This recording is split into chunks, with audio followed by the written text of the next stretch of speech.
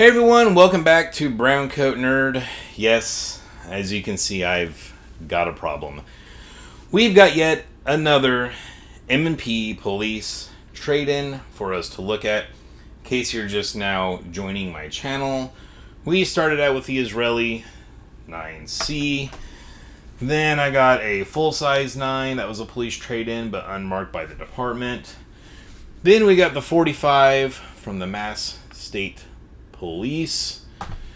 And then recently we got the 40 from the California State Parks. And then there's this guy. So I'd kind of been eyeing this, especially back when I got the California State Parks M&P 40. Wasn't trying to double up on my calibers. But with the California State Bear, this one kind of won out. However, this one was priced just right. I got this from AIM Surplus. The regular listed price was $300. I don't think I've ever seen it for that full price. I got it on the quote-unquote sale price of $230. So, killer freaking deal in my opinion. It is 40 Smith and Wesson. Comes with one 15-round mag. You don't get a box. You get whatever back strap is on it when they get it. This one is the medium, which is perfect, because I prefer the medium on the 9 and the 40s.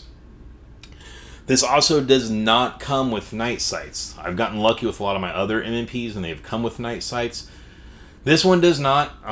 This one, the back sights are pretty dark. I think I still haven't gotten in there and tried to clean those out too much.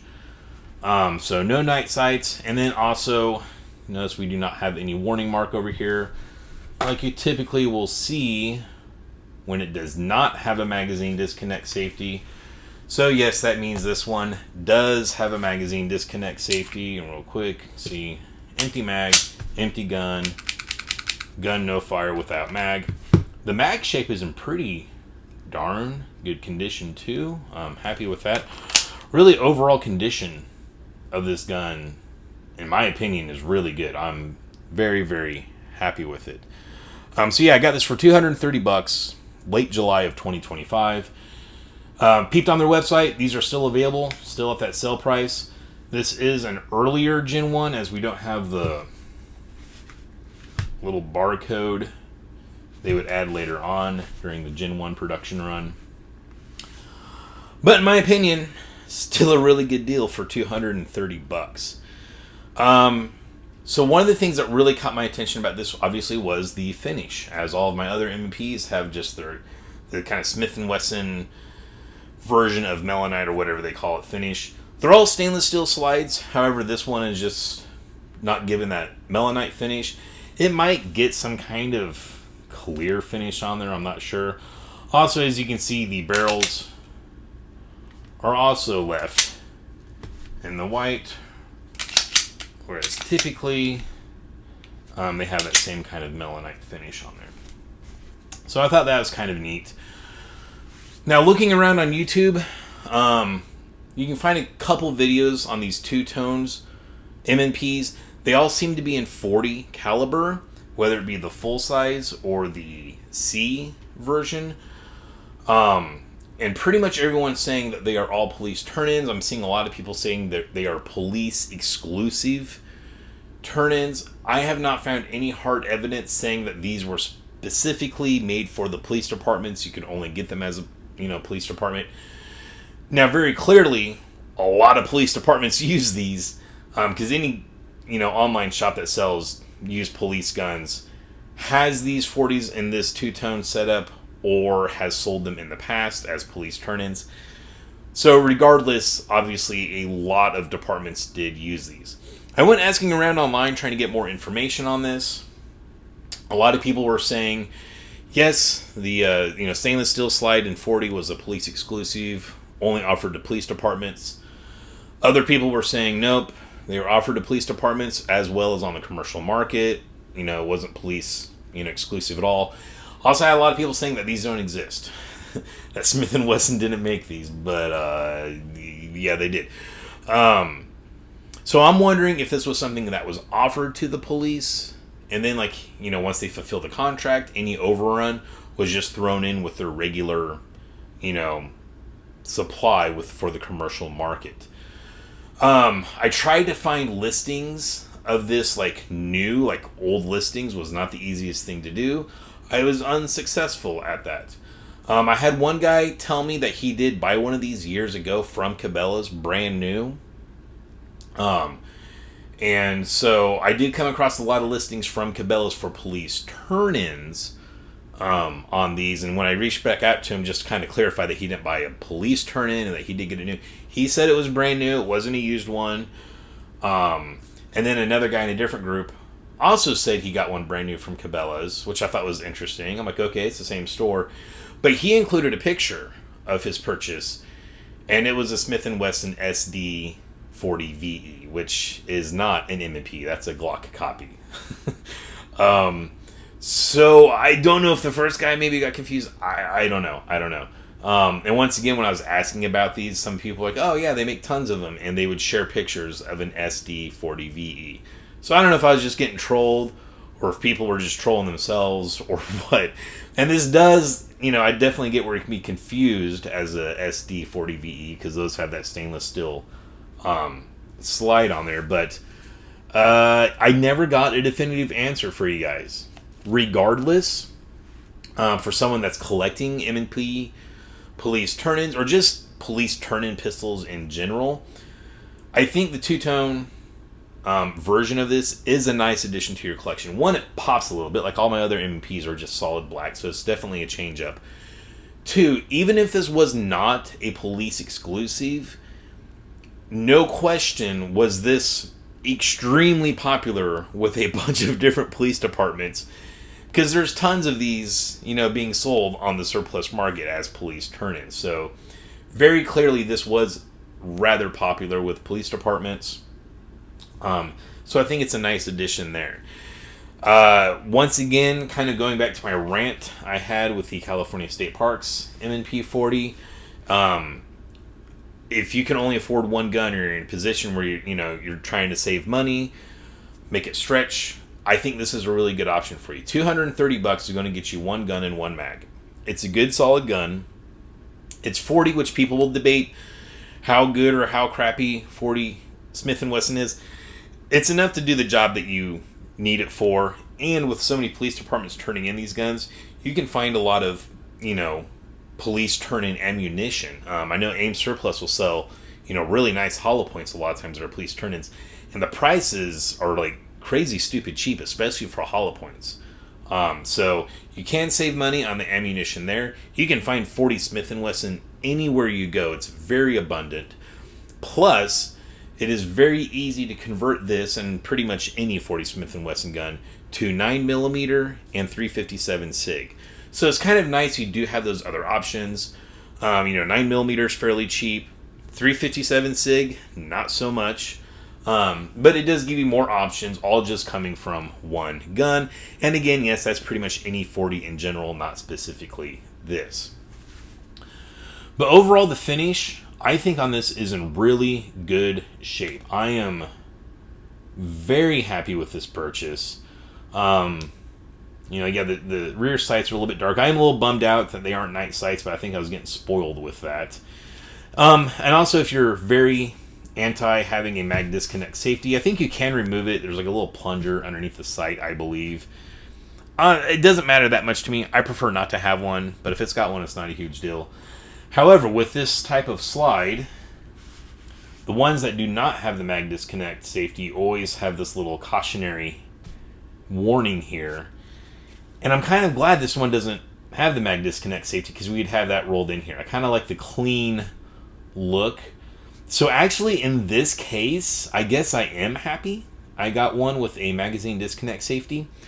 Once again, the stainless steel 40s that I'm seeing pop up, I don't know if they all have the magazine disconnect safety, but it does seem at least the overwhelming majority of these have that magazine disconnect safety, because I don't think I've ever seen one with that warning mark rolled on the slide there.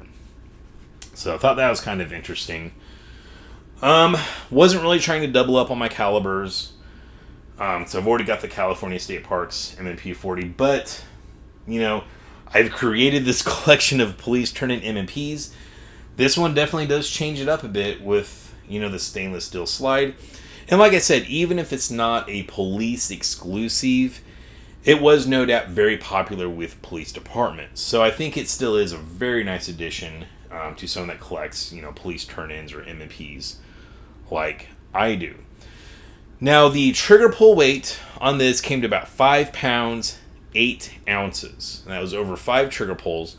The trigger pull on the California State Parks M&P 40, if you watch my video on that, that came out to 5 pounds, 12.9 ounces, so a little bit heavier. That was with 6 trigger pulls. One of the pulls I did, I was riding the trigger a little bit high, so it got kind of hung up, and so it gave me a heavier pull than normal. But this one, I believe, even though it's the most worn M&P I have, and this one's in pretty good shape, I think this one actually was just really maintained well. Another thing I found interesting is the slide, the mainspring on this, the recoil spring, is definitely stiffer on the California State Parks one. Like that, once you got that initial little unlock there, that is notably stiffer than what this one has on it. Now, I don't think this one feels really weak or anything, but I thought that was interesting considering how good of shape this is and then how worn this one here is. So I did come across a video PA Gun Guy put out. Shout out to him. He had a Colt AR that he had also picked up from AIM Surplus, and that actually had the California State Parks mark on it. And he said he had found out that those actually had come out of the California State Parks Training Center. Now, AIM getting those, as well as these from California State Parks, would lead me to assume that this M&P probably also came out of that same training center, which would make sense for the heavy wear, which is something that had me a little confused when I got this. These M&Ps, this melanite finish seems to wear really well, and there seems to be pretty tough. And I saw this guy, I'm like, what in the hell is going on at the California State Parks? Like, but now that it sounds like these probably came out of a training center, makes a lot more sense. Also, I find it interesting the fact that this has a stiffer recoil spring, and that the trigger is a little bit stiffer too. Maybe they changed out the trigger over time. I'm just wondering if this guy just has, been well maintained. Either way, though, I'm not saying this one is beat to hell. This one was pretty clean. I could definitely tell it had been shot and not cleaned, but I don't feel like this had a really high round count out of it. The mag's in pretty decent shape there. We got some wear there, but other than that, this mag's in pretty darn good shape. So I'm very happy with this purchase. This was one of those ones I was getting. I'm like, am I just getting this to round out the collection? Do I even really want this? But getting it in person and looking at this two-tone slide, let me tell you right now. So I thought this looked cool watching some of the videos I saw on this. Got it, brought it home, and I'm like, this looks way better in person than it did in any of the videos or pictures. So I do want to mention that if you're kind of on the fence, to me, like actually holding this in person, I was like, damn. Yeah, I made a good call. So I'm very happy with that. Also don't know if I mentioned that the barrel is left stainless steel too. Does not get that melanite finish on there. Which I think is nice. That kind of adds to the clean look of this. So who is this gun for? I think it's for someone that's wanting to get into firearms, keep it cheap, or you're on a limited budget. Once again, I think this is a great candidate, especially at that price point. If you collect police turn-in pistols, or specifically M&P turn-ins, this definitely is going to stick out of your collection with that stainless steel slide. And once again, for the price, I'm not endorsed by AIM. I don't get any kickbacks from AIM. They don't know who the hell I am, other than they commented on my Brazilian police turn-in pistol review. But I'm seriously, like $230. I was talking to a coworker about it when I saw this. I was like, man. He's like, you're not thinking about getting another M&P, are you? I was like, yeah. And he was like, well, how much is it? I was like, $230. Like, they're practically offering it to me for free. How can I say no? And he was like, you got a problem. And Gavin, you're you're absolutely right. I do have a problem, but that's fine. I'm going to embrace this problem as much as I can.